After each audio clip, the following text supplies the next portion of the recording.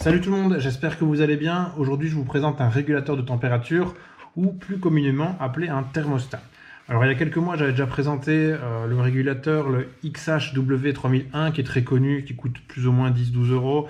Mais dans ce cas-ci, on est sur un thermostat qui est nettement plus abouti. On va le découvrir ensemble. Donc dans ce cas-ci, il faut savoir qu'on est sur un modèle de chez Ingbird et c'est le modèle ITC308 en version Wi-Fi. Donc comme je le disais, il est connecté, on va voir tout ça ensemble, on va l'installer, on va voir aussi comment ça fonctionne et vous allez voir que c'est vraiment le top niveau au niveau des thermostats. À savoir que dans ce cas-ci, c'est une sonde NTC, donc c'est vraiment pour tout ce qui est terrarium, mais vous avez aussi un modèle avec la sonde TPE qui est plutôt disposée pour les aquariums. Il faut savoir que tout de même les sondes NTC dans ce cas-ci sont totalement waterproof. Vous pouvez bien sûr la mettre dans l'eau sans aucun souci. Maintenant les sondes TPE sont plus prédisposées justement à l'emploi d'aquarium. Donc on ouvre le package ensemble, on découvre la carte de garantie, tout ce qui est plus classique. On a ici un manuel d'installation qui est en anglais, en allemand et en français heureusement. Donc il compte déjà une bonne petite dizaine de pages, donc il y a un petit peu de lecture à faire. Et puis on tombe directement sur le thermostat. Donc, comme ça, vous verrez vraiment bien à quoi ça ressemble d'entrée de jeu. La boîte est déjà vide.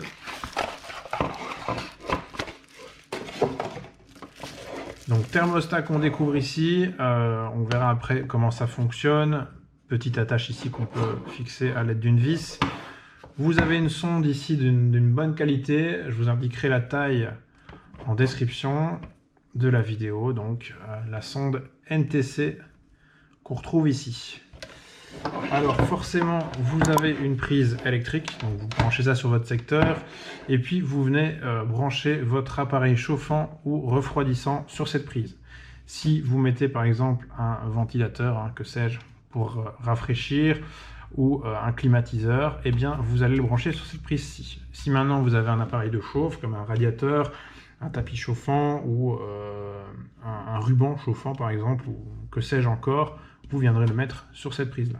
Donc on se retrouve face au produit en lui-même. J'ai dû me l'approprier un petit peu pour voir un petit peu comment ça fonctionne et pour pouvoir donner des explications les plus claires. Donc on a ici le boîtier, on va dire central, là où vous pourrez faire quelques réglages. À savoir donc que ces réglages, vous pourrez les faire via votre smartphone ou votre tablette.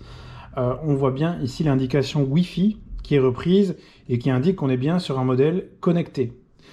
Voilà. Alors, on a un autre élément ici. Donc, vous allez pouvoir venir y connecter dans cette prise-ci vos appareils pour lesquels vous voulez refroidir. Donc, un frigo, un ventilateur, un climatiseur éventuellement. Et vos appareils chauffants, vous viendrez les connecter dans cette prise. Donc ça peut être un tapis chauffant, une ampoule chauffante, un radiateur, un ruban chauffant, etc. Tout ce que vous pouvez imaginer qui soit chauffant. Alors, troisième élément, la sonde. Donc sonde NTC dans un fil de bonne qualité, je dirais silicone, vraiment de bonne qualité. Donc une sonde, je vous indiquerai aussi la taille de cette sonde, du moins du câble de la sonde. Et puis finalement, forcément, ici une prise à raccorder à votre secteur pour alimenter l'ensemble. Donc une fois que j'ai connecté ma prise sur le secteur, on voit que l'appareil ici est allumé. On a le petit logo Wi-Fi qui clignote assez rapidement. Et pour clairement vous expliquer les choses, je vais partager mon écran smartphone pour vous montrer. Et on va utiliser un système de chauffe avec une ampoule, tout ce qu'il y a de plus classique, pour que vous puissiez voir un petit peu les paramètres de cet appareil. Alors, sur l'application, donc vous allez installer l'application Ingbird que vous trouvez sur le Play Store ou l'App Store. Et une fois que vous avez créé votre compte, vous pouvez tout simplement ajouter un nouvel appareil. Chose qu'on va faire. Dans notre cas, on est sur le modèle ITC308 Wi-Fi, donc je le sélectionne. Je choisis mon réseau Wi-Fi actuel, donc le réseau Wi-Fi de ma maison. Je mets le mot de passe du Wi-Fi. Et puis, sur la prise, ici, je vais appuyer sur le bouton Wi-Fi qui se trouve ici. Et puis, en principe, l'application le boîtier devrait retrouver tout simplement le réseau Wi-Fi. Donc on voit clairement ici que maintenant ça clignote lentement, donc je coche tout simplement la case, je fais suivant.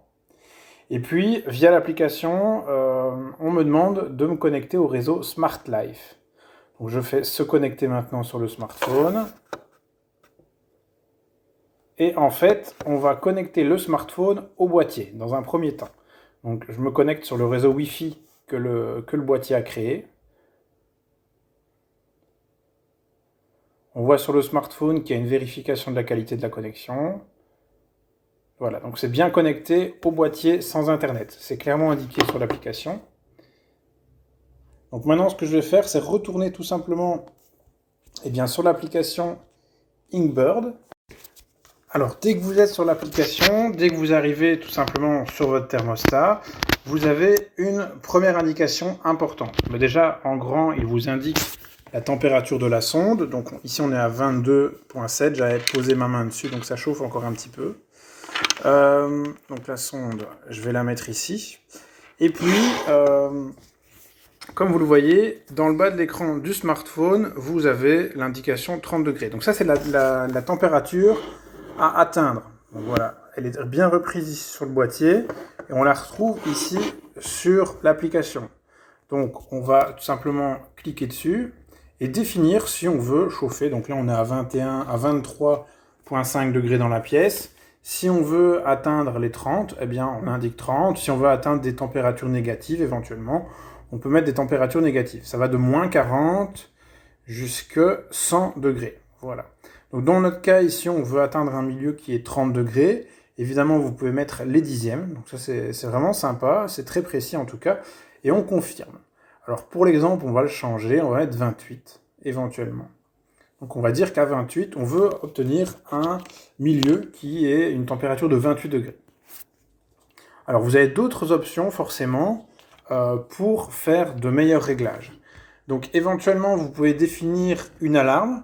Donc dans ce cas-ci, si la sonde atteint les 28 degrés, donc ça je ne souhaite pas, il y a une alarme qui se mettra en route dès que la sonde atteindra les 28 degrés. Vous aurez une alarme sur le boîtier, mais aussi sur le smartphone. Donc ça, il faut bien le savoir. Ici, l'alarme, on va la définir à, disons, 35 degrés. Donc on peut se dire qu'une fois que le milieu atteint 35 degrés, il y a une alarme qui se met en route et qui nous le signale. Et on va définir une alarme de... voilà, si on arrive sous les 20 degrés, l'alarme se mettra aussi en route. Alors, il y a aussi deux autres choses importantes ici. Les deux premières, en fait, on peut régler à partir de combien de dixièmes de degré de différence le boîtier doit se remettre en route pour se remettre à chauffer. Donc pour faire clair, ici j'ai défini que je voulais un milieu à 28 degrés. Eh bien, s'il y a un écart de plus de 3 dixièmes de degré, le boîtier se remet en route. On peut éventuellement diminuer cet écart au 1 dixième, tout simplement, ou de mettre 5 degrés, donc d'accepter que le milieu refroidisse de manière plus importante avant que l'appareil se remette en chauffe. J'espère que cette explication est bien claire, mais je pense qu'une fois que ce sera en pratique, ce sera un peu plus clair. Donc, on va vérifier nos options ensemble. Donc, j'ai défini qu'à 35 degrés, l'alarme se mettra en route, que si ça va en dessous de 20 degrés, l'alarme se met en route, et qu'en principe, donc, à partir de 27 degrés,8, le système de chauffe va se remettre 27 degrés,7, pardon, il y a 3 dixièmes de différence, le système de chauffe va se remettre en route. Donc pour ça, et pour vérifier l'exemple dont je vous parle, on va, avec cette ampoule chauffante, vérifier que tout fonctionne clairement. Alors, ici, on veut chauffer, donc je vais connecter mon ampoule sur Heating, tout simplement. Voilà. Forcément, moi j'ai dit que je voulais un milieu qui fasse 28 degrés. Chose qui a pas lieu, hein. Il fait apparemment à la sonde 24,1 degrés, ça vous le voyez sur l'écran du smartphone, et vous le voyez un petit peu en différé sur le boîtier ici de Inkbird. Alors, on va atteindre les 28 degrés, donc je vais mettre ma sonde, hein, pour aller plus vite, je vais mettre ma sonde sur l'ampoule pour qu'elle chauffe et qu'on atteigne les 28 degrés. Voilà, on a atteint les 28 degrés, vous voyez que l'ampoule s'éteint, tout simplement. Et une fois, en principe, qu'on va arriver à 27 degrés,7, l'ampoule va se remettre en route, donc avec 3 dixièmes d'écart, va se remettre en route pour réatteindre les 28 degrés, tout simplement. Donc on va attendre patiemment que la sonde refroidisse et qu'elle atteigne, comme je le disais, les 27,7 degrés.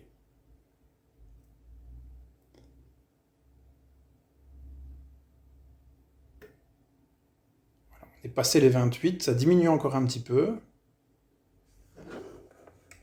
Et voilà, donc on est passé sous les 27,7, l'ampoule s'est donc bien rallumée comme prévu. Alors maintenant on va créer une alarme, une alerte, et vous allez voir le bruit que ça fait. Donc j'avais défini, je vérifie simplement ici dans les options, j'avais défini l'alarme à 35 degrés. Donc en principe, quand la sonde atteindra les 35 degrés, je vais avoir une alarme qui va se mettre en route.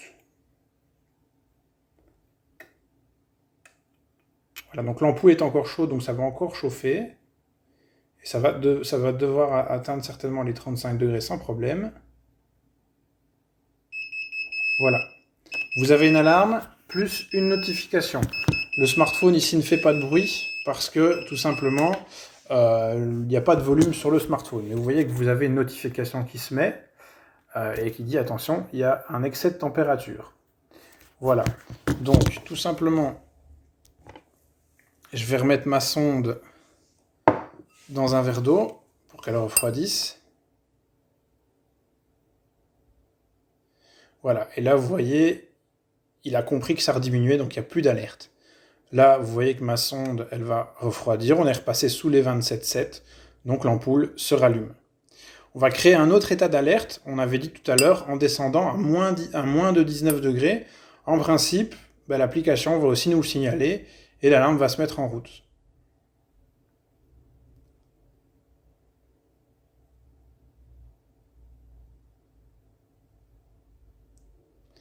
Peut-être que l'eau est à 20. Voilà, donc on est arrivé en dessous des 19,7 et vous voyez donc que l'alarme s'est mise en route très simplement et normalement. Je vais réchauffer la sonde. Voilà. Vous voyez que l'alarme s'est arrêtée une fois que la situation au niveau de la température s'est stabilisée. Voilà. Je vais éteindre l'ampoule que je trouve assez éblouissante. Donc j'espère que vous aurez bien compris le principe de cette prise. Dans tous les cas, c'est un outil réel et un investissement, c'est clair. Mais pour moi, c'est un excellent produit que vous pouvez diriger via l'application. Alors, ce qui est intéressant aussi, c'est que vous pouvez créer des scénarios. Donc, créer un scénario, c'est par exemple de dire que vous voulez 28 degrés la journée et qu'à partir d'une certaine heure, vous ne voulez plus que 24 degrés dans votre terrarium, par exemple, imaginons, ou dans votre aquarium. Eh bien, vous pouvez créer des automatisations. Alors, je vais vous montrer un exemple. J'ajoute une automatisation et vous avez plusieurs options. Dans notre cas, on va faire une programmation horaire et on va définir que l'après-midi, à, disons, donc 8 heures, hein, ce sera 20 heures, après-midi 8 heures, donc... Enfin bon, bref, là c'est pour l'exemple. Je vous mets 8 heures. Bon, 8h30 sera moins compliqué. Suivant. Et puis, eh bien, vous pouvez choisir d'exécuter un périphérique. Vous savez en sélectionner plusieurs. Hein. Mais ici, vous pouvez tout simplement changer la température. Donc définir, pardon, ce sera un autre endroit. Définir ici une nouvelle température. Donc, par exemple, si à 20h, vous voulez que dans votre terrarium, il fasse 24, eh bien, vous le réglez tout simplement, on va dire 26. Vous le réglez sur 26. Vous faites suivant, vous ajoutez simplement l'automatisation, vous réglez, hein, vous pouvez choisir les jours, éventuellement, tous les jours. Vous pouvez cocher le jour que vous souhaitez, et puis vous sauvegardez. Et puis, donc, il y a cette automatisation qui se crée. Évidemment, vous pouvez en ajouter autant que vous voulez. Hein. Pour le matin, à 6h, vous désirez que ça réchauffe de nouveau à 28, eh bien, vous ajoutez simplement une automatisation. Voilà, donc je trouve ce produit extrêmement intéressant. Il va vous faciliter la vie. En plus, à distance, avec votre smartphone, même en étant en 4G, vous pouvez consulter, en étant à l'autre bout du monde, que vos reptiles, imaginons, se portent bien. Eh bien, vous savez le faire avec ce super thermostat. Je vous mets tous les liens en description pour découvrir ce produit au meilleur prix sur Amazon. À savoir donc qu'ils ont des modèles dédiés plus pour les aquariums. Mais dans tous les cas, j'espère que cette vidéo vous aura plu, vous aura montré comment fonctionne cet outil que je trouve vraiment indispensable, et ça va clairement être difficile pour moi de m'en passer au vu de la simplicité finalement de la gestion et du confort qu'il apporte grâce à l'utilisation via le smartphone. Voilà, n'hésitez pas à mettre un petit pouce vers le haut, n'hésitez pas non plus à partager cette vidéo. Je vous laisse tous les liens donc en bas de la vidéo, donc en bas là ou dans l'espace commentaire. N'hésitez pas à vous abonner à la chaîne et je vous dis à bientôt pour une autre vidéo. Salut!